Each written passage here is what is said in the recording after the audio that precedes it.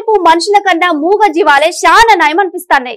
ఎందుకంటరా అవు ఇయాల రేపు మనిషికి ఏమన్నా సాయం చేస్తే మరి వాళ్ళుగా ముచ్చట యాదుకుంచుకుంటారో లేదో తెలియదు గాని మూగ జీవాలకు ఒక్కసారి మనం ఇంత బువ్వ పెడితే గట్లనే ఆపద సమయంలో ఆదుకున్నా ఇక అవి ఎల్లకాలం మనకు విశ్వాసం చూపిస్తూనే ఉంటాయి.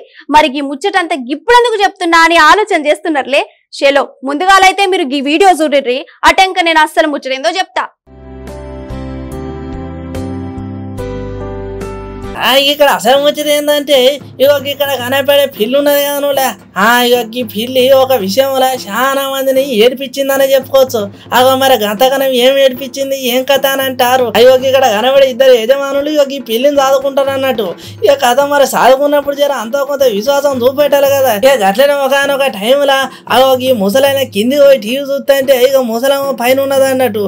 జర పానం మంచలేదు కానులా ఒకసారి ఉన్న పాలంగా అడ్డం పడేసరికి కథం పిల్లి ఎమ్మటే చూసి కింది దాకా ఉరికి చెయ్యి కొరికి పైన ఇట్లున్నదని సైగా చేసిందా కథం.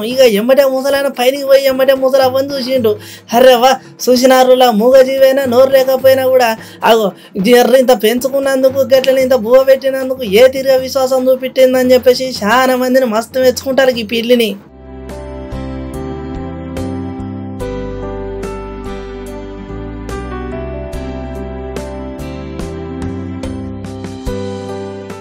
మొత్తానికి ఈ ముచ్చట చూసినాక యూకే బెస్ట్ క్యాట్ అవార్డు కూడా ఈ పిల్లి నామినేట్ అయిందట. అరే వా చూసినారులా నోరులేని మూగజీవేనా ఎంత మంచిగా కాపాడిందో. మనుషులకు మూగజీవాలకు ఉన్న తేడాని మళ్ళీ నిరూపించినట్టే అనుకోవచ్చు. మొత్తానికి ఇప్పుడు ఈ వీడియో మన సోషల్ మీడియాలో మస్తు చక్కర్లు కొడుతుంది.